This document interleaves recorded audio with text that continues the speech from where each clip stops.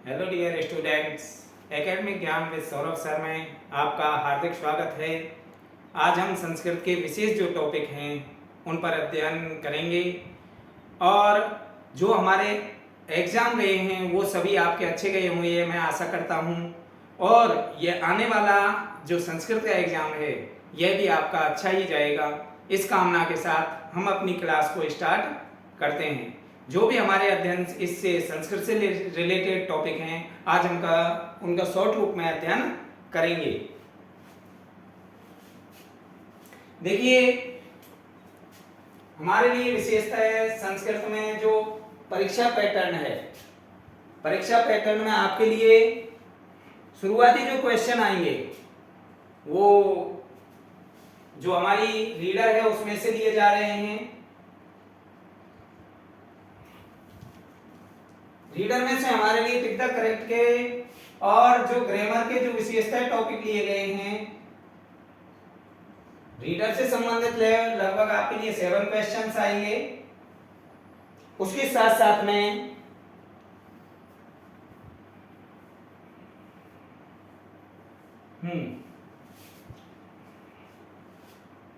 दो क्वेश्चंस हमारे संधि टॉपिक से लिए गए हैं।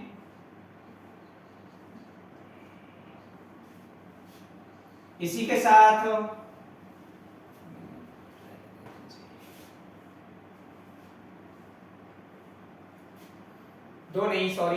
तीन क्वेश्चन संधि से हैं।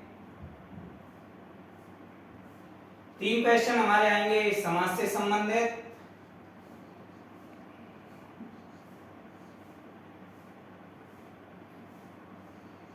और 2 क्वेश्चन लिए गए हैं हमारे उपसर्ग से संबंधित।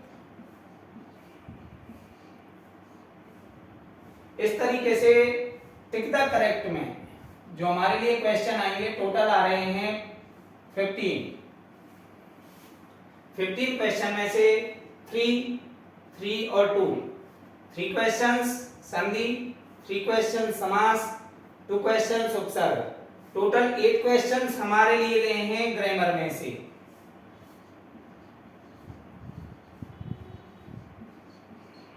और 7 क्वेश्चन लिए गए हैं हमारी रीडर में से। रीडर के विशेषता जो 2 क्वेश्चन आएंगे, इसमें एक क्वेश्चन तो हमारे ये तो अनिवार्यता है, 2 क्वेश्चन तो होते ही हैं। पहला क्वेश्चन किसी चैप्टर का, जो हमारे चैप्टर दिए हुए हैं 10 चैप्टर हैं, 10 में से किसी कवि का नाम पूछ लिया जाएगा।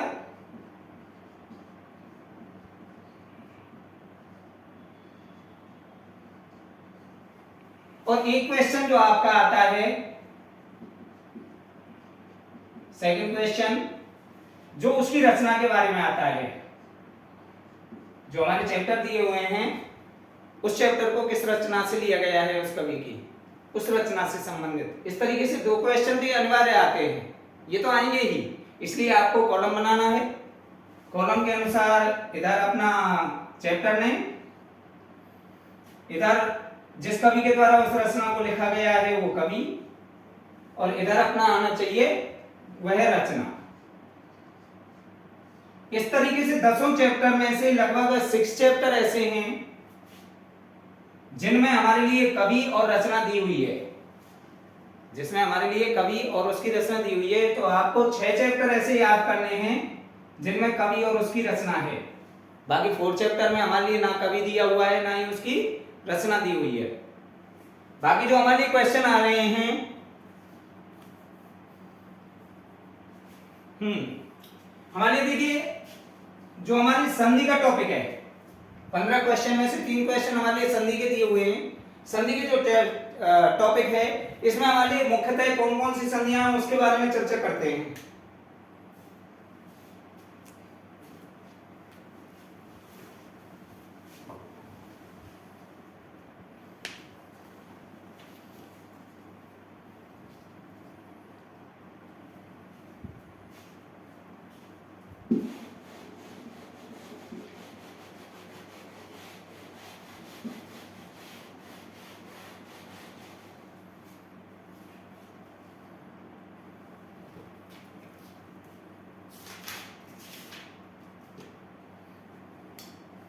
संधि में हमारे लिए केवल दो ही संधियां हैं, एक तो व्यंजन संधि है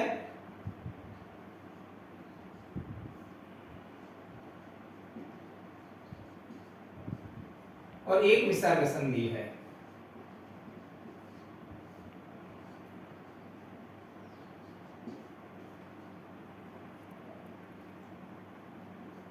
व्यंजन संधि में भी हमारे लिए 5 ही संधियां दी हुई हैं, जिसमें पहली हम पढ़ेंगे सचत्व, दूसरी संधि होती है सटत्व, तीसरी संधि दी हुई है चरत्व, अनुस्वार,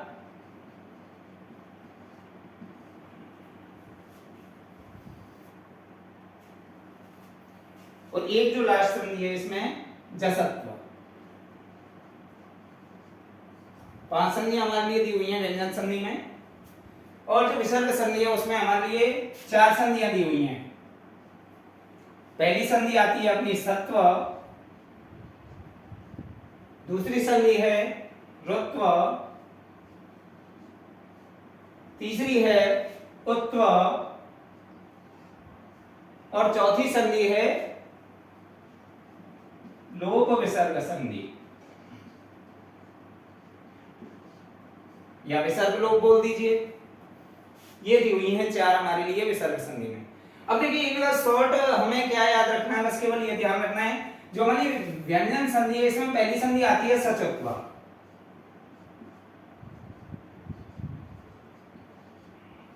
जो सचत्व संधि है इसका हमें सूत्र याद रखना है, बस केवल सूत्र में क्या बताया गया है, इस्तो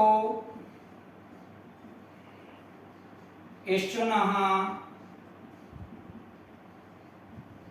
इश्चुः, ये हमारे लिए इसका सूत्र है। अब इसमें सीधा हमारे लिए संधि का देखिए, जब भी कोई संधि का नाम दिया जाता है तो संधि का नाम उसी हिसाब से दिया हुआ था जो उसमें परिवर्तन होता है वर्ण में। अब जैसे हमारे लिए शब्द में किन्हीं शब्दों का जब हम मेल कराते हैं, किन्हीं वर्णों का जब मेल कराया जाता है, संधि का मतलब ही वर्णों का मेल है। जब दो वर्णों का मेल कराया जाए तो वहां पर या तो क्या बनेगा स, या का परिवर्तित होगा एक करके सामने आता है चा वर्ण, चा वर्ग के वर्ण क्रमानुसार। अब देखिए सचत्व में ये दो वर्णों को बनाया जाता है। अब किन के स्थान पर बनाया जाता है वो हमारे सूत्र में दिया हुआ है। क्या दिया हुआ है कि या तो क्या आ जाए, पहले स आ जाए, या फिर क्या आ जाए, तावर्ग के वर्ण आ जाए। सा या तावर्ग के वर्णों के बाद में यदि प्लस के बाद में हमें तालव्य या फिर चावर्ग के वर्ण दिखाई दें, इनमें से कोई भी वर्ण दिखाई दे जाए, या तो तालव्य या चावर्ग के वर्ण कोई भी दिखाई दे जाए, तो हमेशा परिवर्तन किन में होता है, इस वाले सा में या तावर्ग में ही परिवर्तन होता है। आगे पीछे कहीं भी आ जाए ये नियम आपको कहीं भी दिखाई दे सकता है, लेकिन परिवर्तन किन में होगा, जो दंत्य सा है और तावर्ग है इनमें ही परिवर्तन होता है क्रमानुसार। क्रमानुसार का मतलब होता है कि तावर्ग के वर्ण हमारे कितने होते हैं, 5 होते हैं। इन 5 वर्णों में से जो क्रम के अनुसार वर्ण आ रहा है उसके बाद में यदि चावर्ग का कोई भी वर्ण आ जाए, परिवर्तन तावर्ग में ही क्रमानुसार किस में बदल दिया जाता है। देखिए इस वाले सा को तो किस में बदल दिया जाता है, सा में, क्योंकि संधि का नाम ही हमारा सचत्व है, तो सा में बदलेंगे किसको, दंत्य सा को तालव्य सा में बदल देंगे। और तावर्ग के वर्णों को क्रमानुसार किस में बदल दिया जाता है, चावर्ग में बदल दिया जाता है। मतलब कि आप एक सामान्य तौर पे समझिए कि तावर्ग में हमारे 5 वर्ण होते हैं, ता, था, दा, धा और ना, ये 5 वर्ण हैं हमारे। इन 5 वर्णों के बाद में ये सा आ जाए, तालव्य या चावर्ग का कोई भी वर्ण आ जाए, कोई भी परिवर्तन इनमें ही होता है। क्रमानुसार परिवर्तन का मतलब होता है कि क्रम के अनुसार पहला वर्ण है तो चावर्ग के पहले वर्ण में ही, दूसरा वर्ण है तो चावर्ग के दूसरे वर्ण में, अर्थात ता को तो बदलेंगे किसमें, चा में, था को बदला जाता है छा में, दा को बदला जाता है जा में, धा को बदला जाता है झा में, और ना को बदला जाता है या में। अर्थात इन वर्णों को क्रमानुसार चावर्ग के वर्णों में बदल दिया जाता है। इतना ध्यान रखना है हमें। ये सचत्व संधि। अब इसके हम सामान्य उदाहरणों की बात करें, जैसे कि हमारे उदाहरण दे दिया जाता है सत प्लस चित।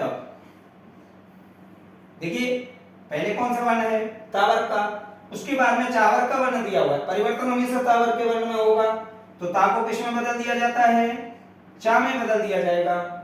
मेल कर देते हैं। मेल करने के बाद में शब्द देखिए स कंप्लीट है, पूरा है। अर्धवर्ण कौन सा है, चा, अर्धवर्ण ले लिया। बाद में ची और त, शब्द हमारा क्या बन के सामने आ जाता है, सचेत। तावर को चावर में बदला जाता है, किस संधि में, सचत्व संधि में, क्योंकि हमारा सूत्र कहता है कि यदि सा या तावर के वर्णों के बाद में सा या चावर का कोई भी वर्ण आ जाए तो क्रमानुसार सा को तो किस में बदल दिया जाता है, तालव्य में, और ता को चा वर्ग में बदल दिया जाता है। इतना ध्यान रखना है। इसलिए हमें क्या याद रखना है, ये वाला सूत्र याद रखना है। रेड मार्कर यूज कर लेगा थोड़ा सा, ठीक है। इस वाले सूत्र का हमें विशेष ध्यान रखना है। दूसरा देखिए, इसी में दूसरा उदाहरण देखते हैं, जैसे रामस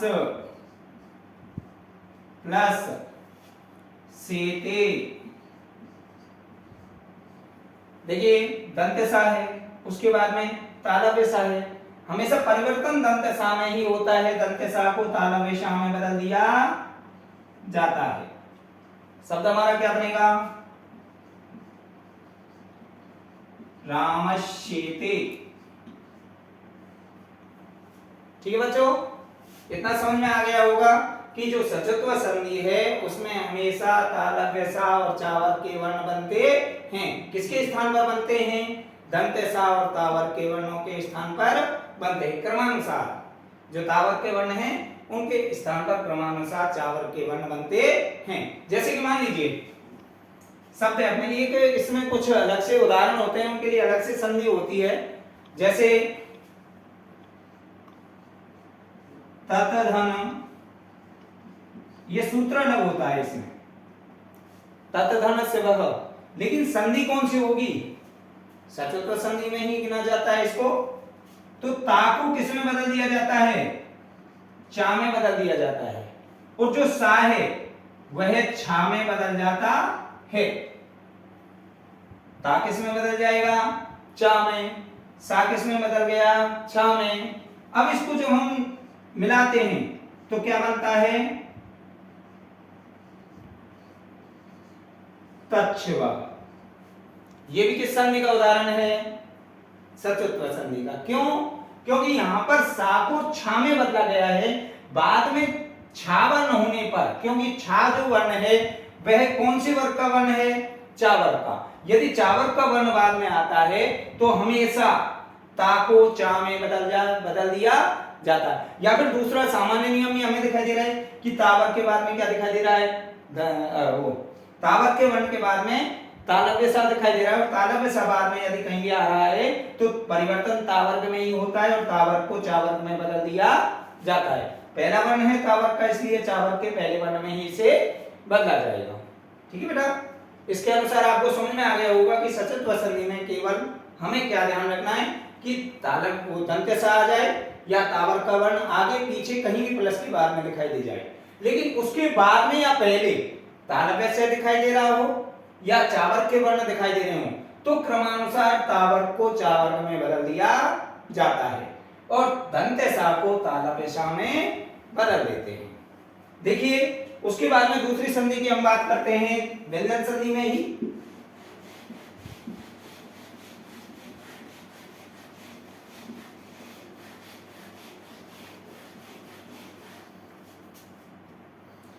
व्यंजन संधि में दूसरी हमारी संधि होती है सटत्व।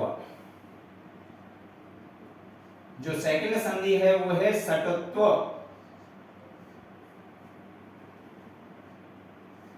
देखिए हमने उसमें सूत्र पढ़ा था इस्तो इश्चुनः इश्चुः। जो सटत्व संधि है इसमें भी सूत्र होता है। वो सूत्र क्या होता है, इस्तो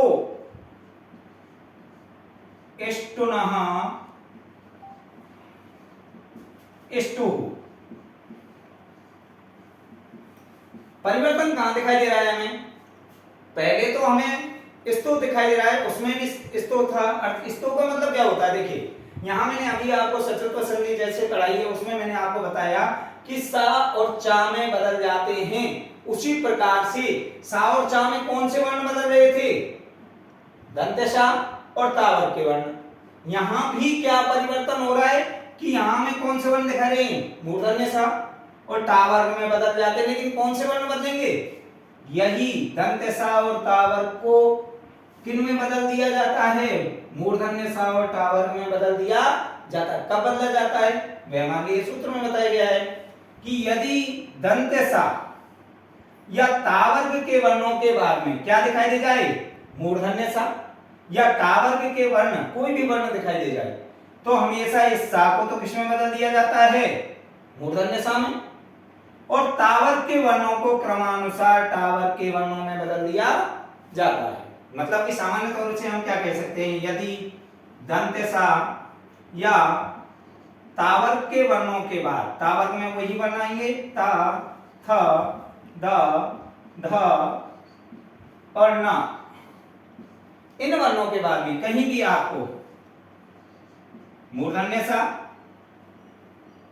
या फिर टावर्ग के वर्ण दिखाई दें। अब टावर्ग में वर्ण कौन कौन से होते हैं? ट, ठ, ड, ढ और अ, ये वर्ण होते हैं। मतलब कि इन वर्णों के बाद में इन मूर्धन्य सा या टावर्ग का कोई भी वर्ण दिखाई दे तो तालव्य सा को मूर्धन्य सा में बदल दिया जाता है। तालव्य सा को तो मूर्धन्य सा में बदल देंगे और तावर्ग के जो भी वर्ण हैं उन्हें क्रमानुसार टावर्ग के वर्णों में बदल दिया जाता है। अब टावर्ग में देखिए क्रमानुसार ता को किस में बदलेंगे? टा में, था को ठा में, दा को डा में, धा को ढा में और ना को अणा में बदल दिया जाता है। यह सामान्य नियम है। याद क्या रखना है हमें? सूत्र को याद रखना है। विशेषतः आपका फोकस कहां होना चाहिए? इस सूत्र पर, कि ये जो सूत्र है उसी में पूरा नियम दिया हुआ है। इसी सूत्र का सरलीकरण हमने यहाँ पे इसमें किया है नियम में। ये इसका नियम हो गया। ये क्या है? नियम हो गया। ये क्या है? सूत्र है।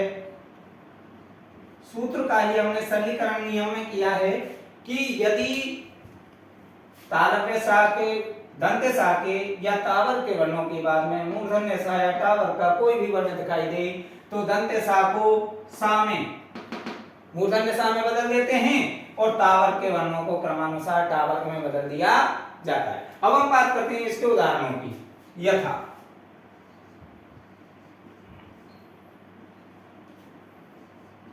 रामस्य प्लस टीकते।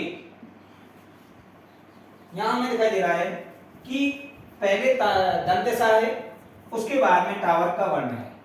तो यहां पर हम परिवर्तन किसमें करते हैं? हमेशा दंत सा और तावर्ग के वर्णों में ही परिवर्तन करते हैं। तो दंत सा को किसमें बदल दिया जाएगा? मूर्धन्य सा में। तो यहां पर दंत सा को किसमें बदल दिया हमने? मूर्धन्य सा में। इसको जोड़ देते हैं। क्या शब्द बन के सामने आएगा हमारे? रामश टीकते। ये शब्द बन के तैयार हो जाता है। उसी प्रकार से दूसरा उदाहरण देखते हैं। तत प्लस टीका। तत प्लस टीका। यहां पर हमें क्या दिखाई दे रहा है? तावर्ग का वर्ण है। तावर्ग के वर्ण के बाद में टावर्ग का वर्ण यदि आए, कोई भी वर्ण आ सकता है, हमेशा परिवर्तन तावर्ग में ही होता है और तावर्ग को टावर्ग में बदल दिया जाता है। क्योंकि तावर्ग का वर्ण प्रथम वर्ण है ये ता, तो इसे टावर्ग के प्रथम वर्ण में ही बदलेंगे। शब्द क्या बनेगा हमारा? तट्टिका। समझ में आ रहा होगा बच्चों? आगे जब हम बात करते हैं देखिए मैंने कहा है आगे पीछे कहीं भी आ सकता है, परिवर्तन हमेशा तावर के वर्णों में और दंत दशा में ही होता है। जैसे हम उदाहरण देखते हैं, सस प्लस थ, सस धन थ। तो यहां पर देखते हैं कि पहले क्या दिया हुआ है, मूर्धन्य सा, प्लस के बाद में तावर का वर्ण दिया हुआ है। और मैंने कहा है कि यदि प्लस से पहले या बाद में कहीं भी आपको मूर्धन्य सा या टावर का वर्ण दिखाई दे जाए, परिवर्तन हमेशा तावर के वर्णों में और दंत सा में ही किया जाता है। तो यहां परिवर्तन किसमें होगा, इस वाले तावर के वर्ण में होगा।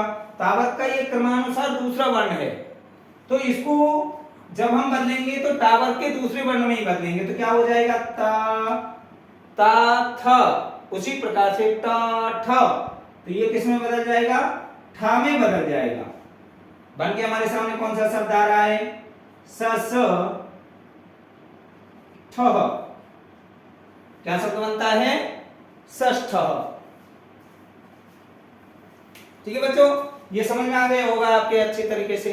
नेक्स्ट जो संधि हमारे लिए वो है व्यंजन संधि का तीसरा प्रकार, जसत्व।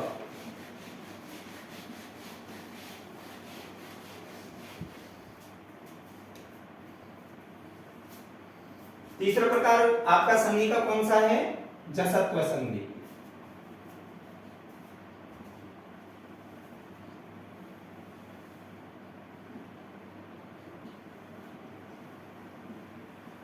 जो जसत्व संधि है उसमें देखिए मैंने कहा कि संधि का जो नाम होता है उसी में वर्ण जो बनने वाला है संधि में वह हमें दिखाई दे जाता है।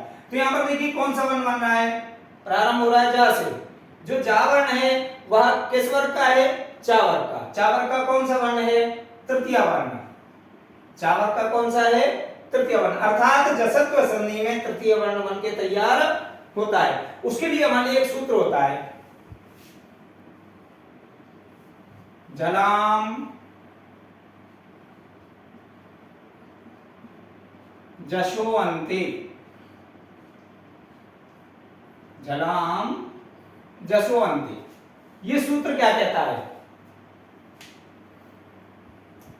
यदि कहीं भी सामान्य नियम से बात करते हैं हम, जो इसका नियम निकल के सामने हमारे आता है इस सूत्र के अनुसार, ये प्रत्याहार है।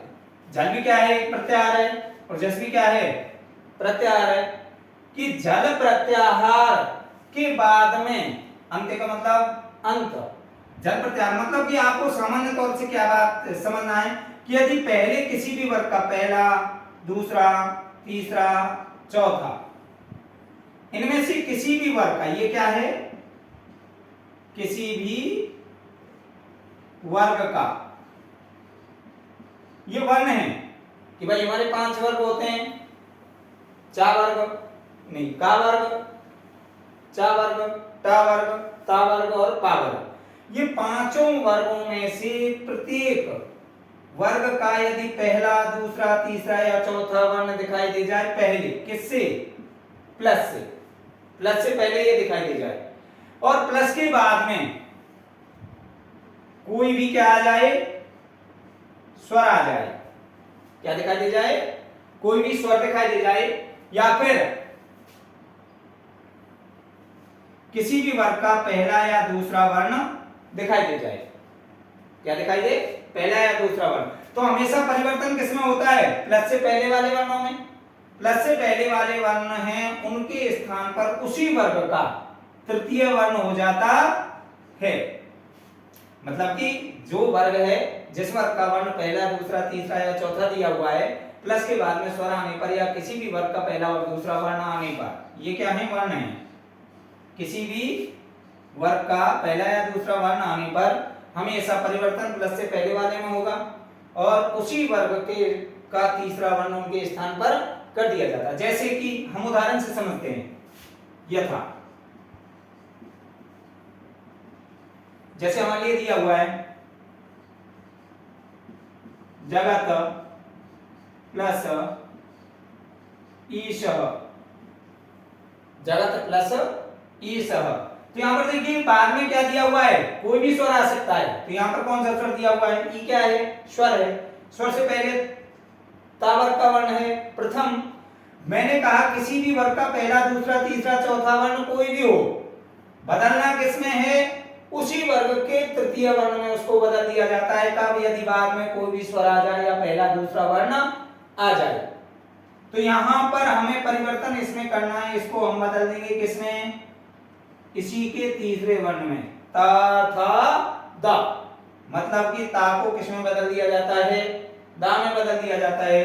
शब्द क्या बन के सामने आएगा, जगदीश। क्या शब्द आ जाएगा, जगदीश। एक चीज का और विशेषता ध्यान रखना,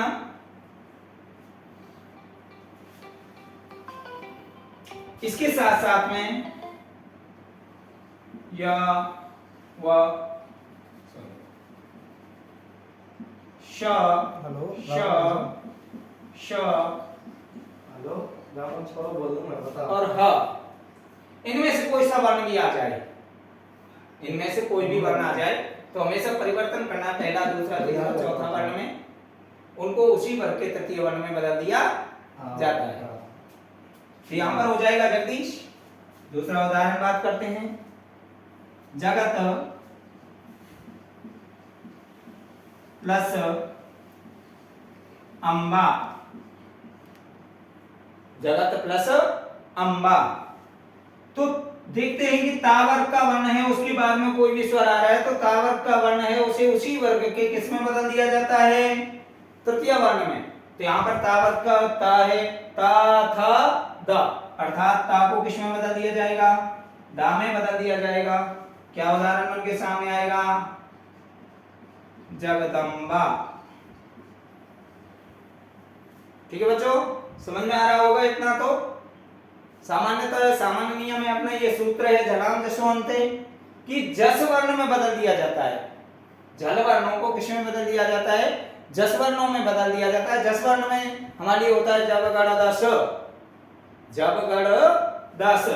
इनमें जब गण दस, इनमें हमेशा देखना कि तृतीय वर्ण बन के सामने आ रहा है। इस प्रत्याहार में जस प्रत्याहार जो है हमारा, उसमें हमेशा प्रत्येक वर्ग का क्या आता है, तृतीय वर्ण आता है। ज ब ग ड द, क्योंकि अंतिम वर्ण को हमेशा गिना नहीं जाता है, जो भी प्रत्याहार लिखा जाता है उसमें अंतिम वर्ण को कभी नहीं गिना जाता है। तो इसमें हमारे सामने कितने वर्ण आ रहे हैं, 5 वर्ण आ रहे हैं, और प्रत्येक वर्ग का तृतीय वर्ण इस प्रत्याहार में दिया हुआ होता है। देखिए ये हो गया किस वर्ग का, चा वर्ग का तृतीय। ये किस वर्ग का हो गया, पा वर्ग का। ये किस वर्ग का हो गया, का वर्ग का। ये किस वर्ग का हो गया, टा वर्ग का। और ये किस वर्ग का हो गया, ता वर्ग का। अर्थात तृतीय वर्ण में बदल दिया जाता है किनको, जो पहले किसी भी वर्ग के पहले, दूसरा, तीसरा या चौथा वर्ण आए, उसे अपने ही वर्ग के तृतीय वर्ण में बदल दिया जाता है। कब बदला जाएगा, जब बाद में क्या आ जाए, कोई भी स्वर आ जाए, या फिर बाद में पहला या दूसरा वर्ण दिखाई दे, या सा सा और हा में से कोई सा भी वर्ण आ जाए। जैसे कि हम सामान्य नियम देखते हैं, इसी का ही दूसरा जसत्व जो संधि है उसी का एक सूत्र और होता है,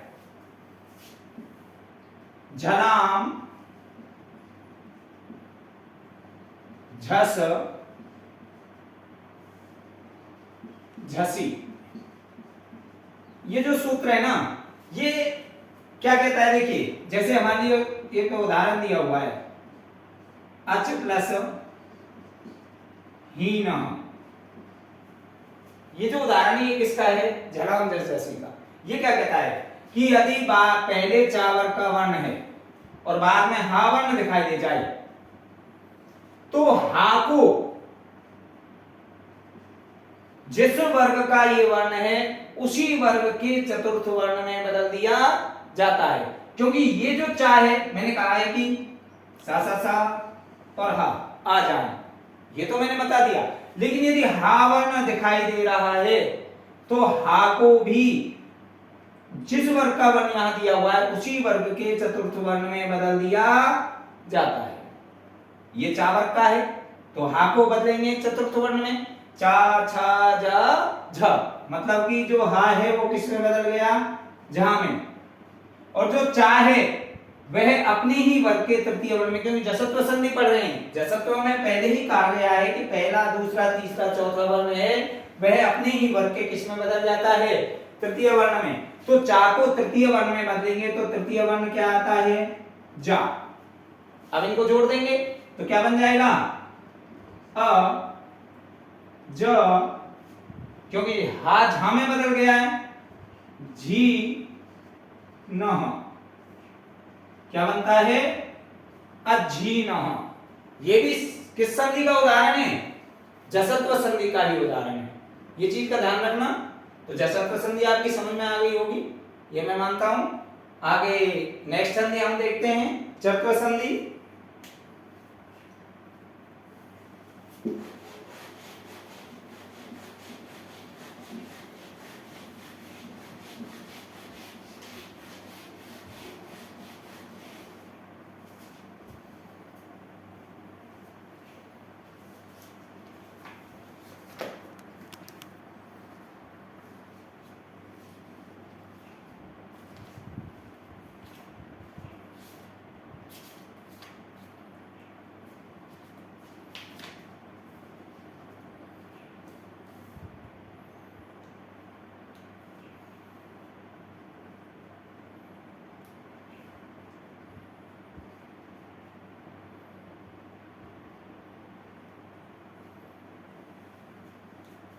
देखिए बच्चों, नेक्स्ट संधि अपनी आती है चतुर्थ क्रमांक की, कौन सी दी हुई है, जसत्व संधि हमने पहले पढ़ चुके हैं।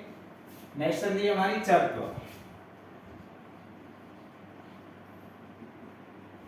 चत्व संधि में हमें केवल इतना ध्यान रखना है, इसका सूत्र होता है खरीचय।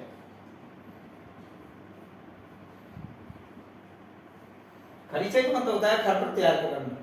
अब प्रत्याहार हमने शुरुआत में आपको वैसे भी पढ़ा चुके हैं नॉर्मली, लेकिन अब आगे यदि हम बात करें खर प्रत्याहार में कौन कौन से वर्ण आते हैं, ख फ चट त चट तव क प य स स सर हल। क्योंकि बात कर रहे हैं किस प्रत्याहार की, खर, मतलब कि इसमें पहला वर्ण खर प्रत्याहार में किसी भी वर्ग का पहला वर्ण जो किस में आएगा, खर प्रत्याहार में आ जाएगा। किसी भी वर्ग का द्वितीय वर्ण खर प्रत्याहार में आ जाता है, तृतीय वर्ण खर प्रत्याहार में आ जाता है। ख फ छ ठ थ च ट त व क प य स स स र, मतलब कि कहां तक, रा तक। रा तक के वर्ण खा से प्रारंभ होकर के रा तक के जो वर्ण हैं वो हमारे किस में आ जाते हैं, खर प्रत्याहार में आ जाते हैं।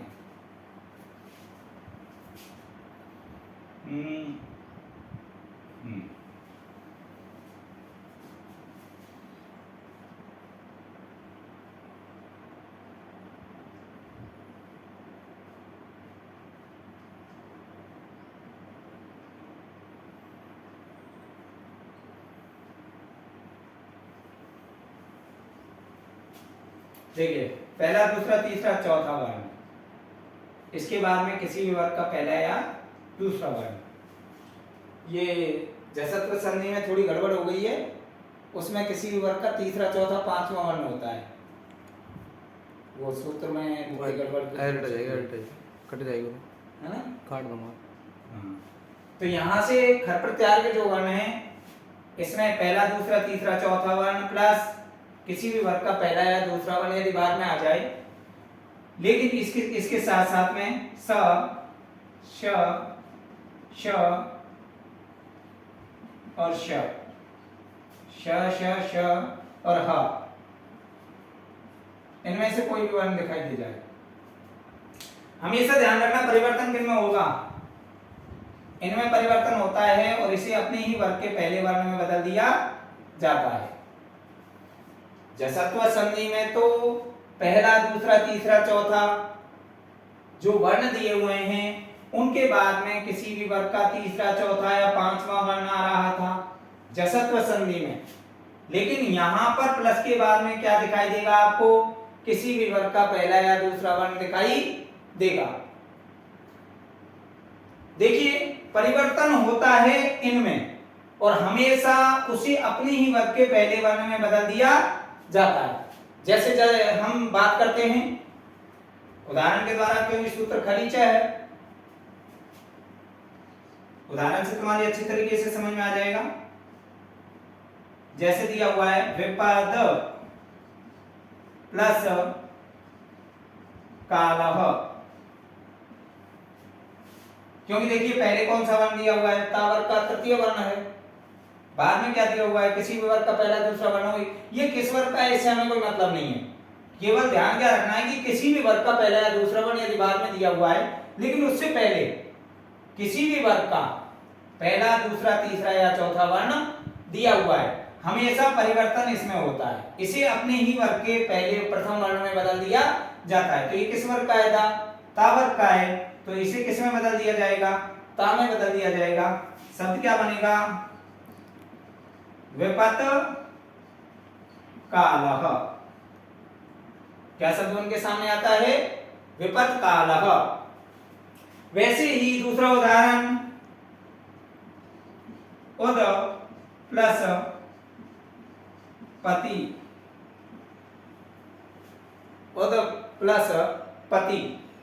अब देखिए यहां पर पहला वर्ण दिया हुआ है, उससे पहले किसी भी वर्ग का पहला दूसरा तीसरा चौथा वर्ण आ जाए, इसे किस में बदल दिया जाता है, उसी वर्ग के प्रथम वर्ण में। तो यहां से ता वर्ग का है तो इसे ता में बदल दिया जाएगा।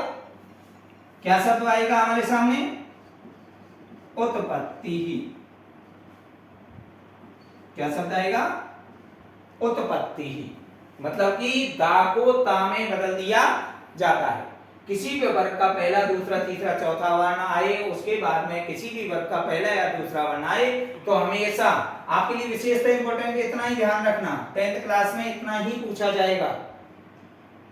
बाद में प्लस के बाद में पहला दूसरा वर्ण दिखाई दे रहा है, पहले दूसरे तीसरे चौथे वर्ण के, तो केवल आपको ये जो वर्ण दिए हुए हैं उसे अपने ही वर्ग के प्रथम वर्ण में बदल देना है।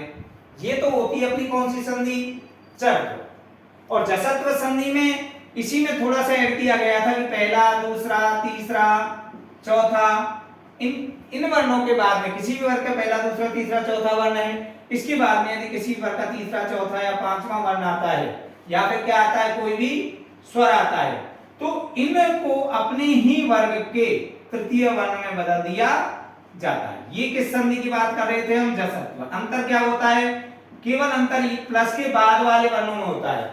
इसमें तो तीसरा चौथा पांचवा वर्ण बाद में आ रहा है तो हमेशा तृतीय वर्ण में बदल देंगे। इसमें क्या बताया गया है कि प्लस के बाद में पहला या दूसरा वर्ण आ रहा है तो हमेशा पहले वर्ण में बदल दिया जाता है। मतलब इस सामान्य तौर पर आप क्या करोगे, यहाँ पे पहला वर्ण कौन सा है, प्लस के बाद पहला, यहाँ पे प्लस के बाद कौन सा दिया हुआ, तीसरा। तो केवल करना क्या है कि जो पहले पहला दूसरा तीसरा चौथा वर्ण है उसी वर्ग के तृतीय में बदल देंगे, और यदि पहला या दूसरा वर्ण दिखाई दे रहा है तो उसे अपने ही वर्ग के प्रथम वर्ण में बदल दिया जाता है। इतना ध्यान रखना है। इसका नेक्स्ट उदाहरण और लिखिए, देखिए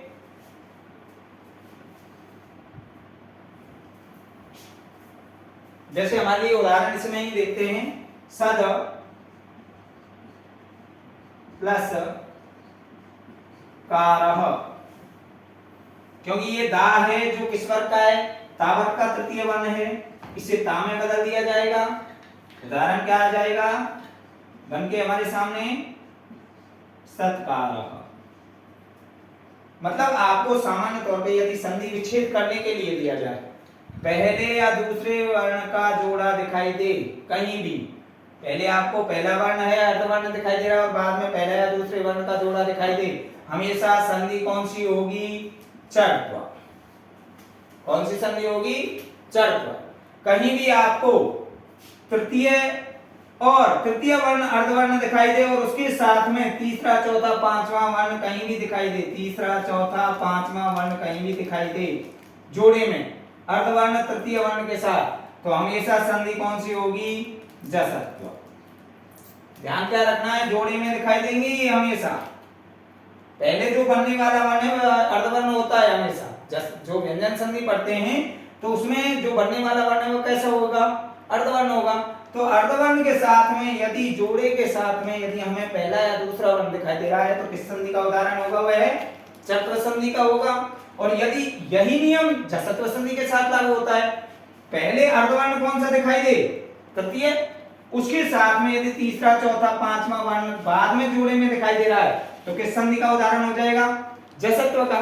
और यदि पहला दूसरा तीसरा चौथे वर्ण के बाद में यदि कोई भी स्वर आ रहा है तो हमेशा स्वर तो तृतीय वर्ण में जुड़ ही जाता है, जैसे जगदीश जगत प्लस ईश, तो जो बनने वाला तृतीय वर्ण है वह उस स्वर के साथ में मेल हो जाता है।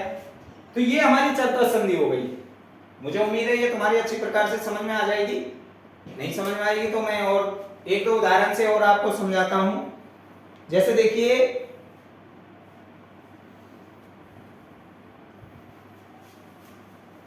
एक उदाहरण और लेते हैं, उद प्लस पन्नह, उद प्लस पन्नह। देखिए यहां पे किस वर्ग का है, तावर का तृतीय वर्ण है, सही है बिल्कुल। तो इसको बदल देंगे हम ता में। तो देखिए उ आधा कौन सा वर्ण है, ता, उसके बाद में प्रथम वर्ण आ रहा है पा का, इसमें कोई परिवर्तन नहीं होता, ये तो यथास्थिति लिखा जाएगा। परिवर्तन हमेशा पहले वाले वर्ण में होता है, प्लस से पहले वाले में। तो क्या हो जाएगा, उत्पन्न। क्या शब्द उनके सामने आ जाएगा, उत्पन्न।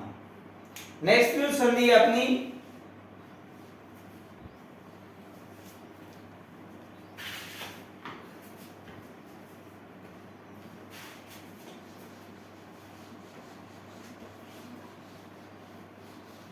वो बात करते हैं, वह हम अनुस्वार संधि की सबसे सरल है, इजी है, उसमें कुछ भी आपको ध्यान नहीं रखना, केवल सूत्र ध्यान हो जाएगा, आपको याद हो जाता है तो उसी के द्वारा वह संपन्न हो जाती है।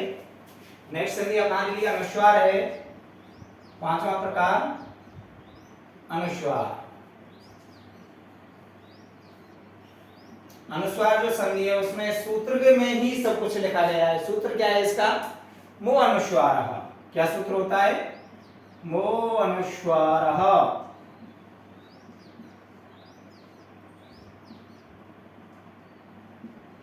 अब देखिए यहां हमारे लिए स्पष्ट दिया हुआ है कि मां को अनुस्वार में बदल दिया जाता है। कब बदला जाएगा, जब मां के बाद में कोई भी व्यंजन वर्ण आए। मां के बाद में कोई भी व्यंजन वर्ण आए तो मां को अनुस्वार में बदल दिया जाता है। जैसे हम नियम यदि इसकी बात करते हैं इस सूत्र के द्वारा ही, तो नियम हमारे सामने आता है, यदि कहीं भी प्लस से पहले मां दिखाई दे रहा है अर्धवर्ण, और बाद में क्या आ जाए, कोई भी व्यंजन वर्ण आ जाए,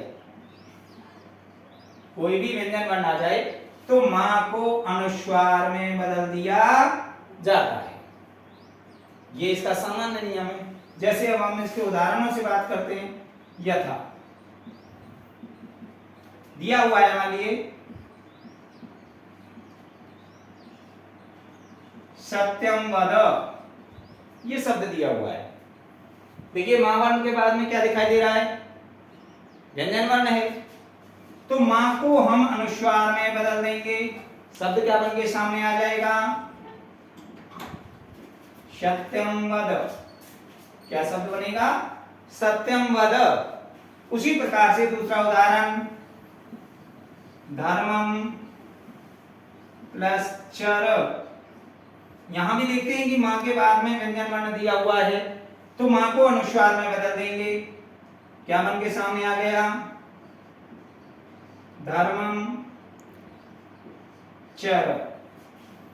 मतलब कि परिवर्तन किसमें होगा, मां में परिवर्तन होगा, बाद में यदि व्यंजन वर्ण दिया हुआ है मां को अनुस्वार में बदल दिया जाता है। सूत्र बता रहा है कि मां को किसमें बदल देंगे, अनुस्वार में।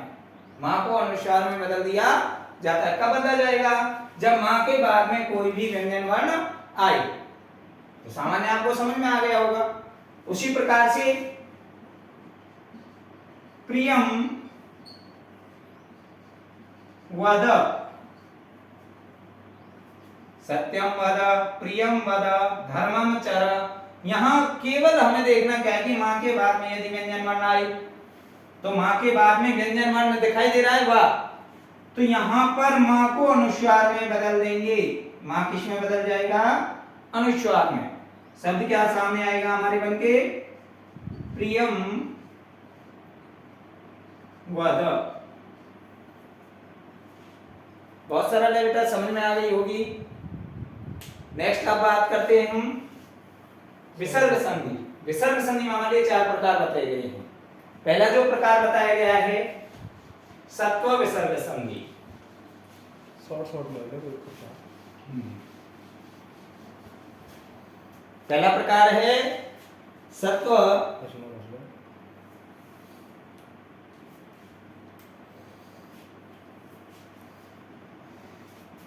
पहली बात करें तो विसर्ग संधि में सत्व। देखिए सत्व विसर्ग संधि के मैंने प्रत्येक संधि में आपको बताया कि हमें नियम के साथ साथ उदाहरण वो सूत्र जो दिया हुआ है वह भी याद रखना है। तो देखिए सत्व विसर्ग संधि में हमारे एक सूत्र होता है विसर्जनीयस्य शः।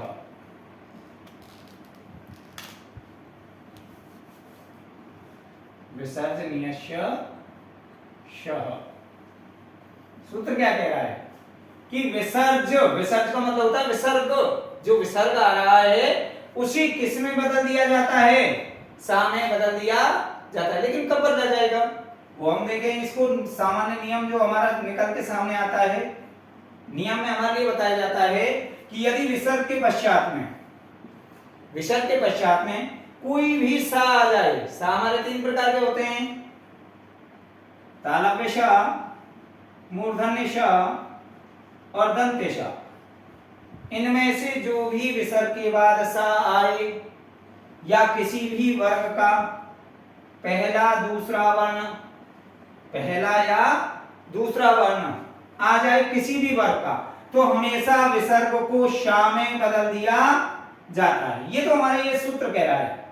विसर्जनीय से सह सूत्र क्या कहता है कि विसर्ग को शा में बदल देंगे। लेकिन कब बदलेंगे? जब विसर्ग के बाद में तालव्य सा, मूर्धन्य सा, दंत्य सा या किसी भी वर्ग का पहला या दूसरा वर्ण आए। लेकिन इनमें भी परिवर्तन थोड़ा सा हो जाता है कि बदला तो जाएगा इस वाले सा में, लेकिन उसके बाद में व्यंजन संधि का जो हमने नियम पढ़े हैं उनके अनुसार इस सा में भी परिवर्तन हो जाता है। यदि सामान्य तौर से इस पहला नियम हो गया ये, सेकंड यदि नियम की बात करें तो क्या निकलता है कि विसर्ग के स्थान पर तो ये सा बन गया, विसर्ग के स्थान पर तो हमने ये सा बना दिया है, लेकिन इस सा के बाद में भी पहला और जो दूसरा वर्ण है वह मान लीजिए चा या छा आ जाए, या फिर इनमें से कौन सा सा दिखाई दे जाए? मूर्धन्य सा। इस सा के स्थान पर मतलब विसर्ग के स्थान पर पहला नियम हमने क्या लगाया कि विसर्ग को किस में बदला? सा में बदला। और सामान्य तौर पे बात करें तो हम इसको सा में ना बदल करके सीधा कह सकते हैं कि विसर्ग के बाद में चा, छा या सा, इनमें से कोई भी तीनों में से वर्ण आ जाए, हमेशा इस विसर्ग को तालव्य सा में बदल दिया जाता है। इतना ध्यान रखना है। यदि विसर्ग के बाद में चा, छा या सा आ जाए तो हमेशा विसर्ग को तालव्य सा में बदल दिया जाता है। दूसरा नियम क्या कहता है? यदि विसर्ग के बाद टा वर्ग के वर्ण पहला या दूसरा वर्ण टा, ठ या मूर्धन्य सा ये दिखाई दे जाए तो हमेशा विसर्ग को सीधा सीधा किस में बदल देंगे? मूर्धन्य सा में बदल दिया जाता है। ये हो गया सचत्व संधि का नियम, ये हो गया सटत्व संधि का नियम। क्योंकि विसर्ग को सा में बदला जाएगा, सा के बाद यदि चा, छा या सा आए तो सचत्व संधि कहती है स्तु इष्टु न इष्टु, अर्थात इस वाले सा को तालव्य सा में बदल दिया जाता है। उसी प्रकार से विसर्ग को मूर्धन्य सा में इष्टुत्व संधि, सटत्व संधि जो हम पढ़ी है अभी हमने, तो उसमें इस विसर्ग को मूर्धन्य सा में बदल दिया जाएगा। कब? जब टा, ठा या मूर्धन्य सा में से कोई भी सा आ रहा हो। नेक्स्ट जो हमारा प्रकार होता है उसमें सामान्य नियम है कि यदि विसर्ग के बाद में ता, थ अर्थात तावर्ग के वर्ण आ जाए या फिर क्या आ जाए? वो दंत सा आ जाए तो हमेशा विसर्ग को दंत सा में ही बदला जाएगा, इसमें कोई परिवर्तन नहीं होता है। सबका उदाहरण हम देख लेते हैं। जैसे जो सशस्त्र संधि के नियम है वही नियम किस में आ जाते हैं, वही उदाहरण किस में आ जाते हैं? विसर्ग संधि में, लेकिन कब आएंगे जब विसर्ग दिया हुआ हो। जैसे रामः प्लस चेते, रामः प्लस चेते। अब सीधा हमने नियम पढ़ा है कि विसर्ग के बाद में चा आ रहा हो या छा आ रहा हो तो विसर्ग को किस में बदल दिया जाता है, तालव्य में बदल दिया जाता है। तो क्या शब्द बन जाएगा, रामश्चेते। क्या बन जाएगा, रामश्चेते। वैसे ही ये तो हमारा हो गया किसका, इस वाले उसका, रामस प्लस चिन्होती आ जाए, राम है प्लस चिन्होती, विसर्ग के स्थान पर सा में बदलेगा, उसके बाद में सचोत्तर संधि का नियम लागू होगा, सा को किस में बदल दिया जाएगा, तालव्य सा में। या तो आप यहां से संधियों के दो नियम लागू हो जाएंगे, या तो हमारे विसर्जनीय से स हो, उसके बाद में सचोत्तर संधि का नियम होगा, तब इस तालव्य सा में बदलेगा। सीधा सीधा आपको ध्यान रखना है कि विसर्ग के बाद यदि चा छा या तालव्य से आ जाए तो हमेशा विसर्ग को तालव्य सा में बदल दिया जाता है। उसी के साथ दूसरा नियम क्या कहता है, यदि विसर्ग के बाद टा ठा या मूर्धन्य सा आ जाए तो विसर्ग को किस में बदल दिया जाता है, मूर्धन्य सा में। जैसे धनु प्लस टंकार, धनु प्लस टंकार। अब देखते हैं विसर्ग के बाद में क्या दिया हुआ है, टा दिया हुआ है। हमेशा टा आने पर या ठा आने पर या मूर्धन्य सा आने पर विसर्ग को हमेशा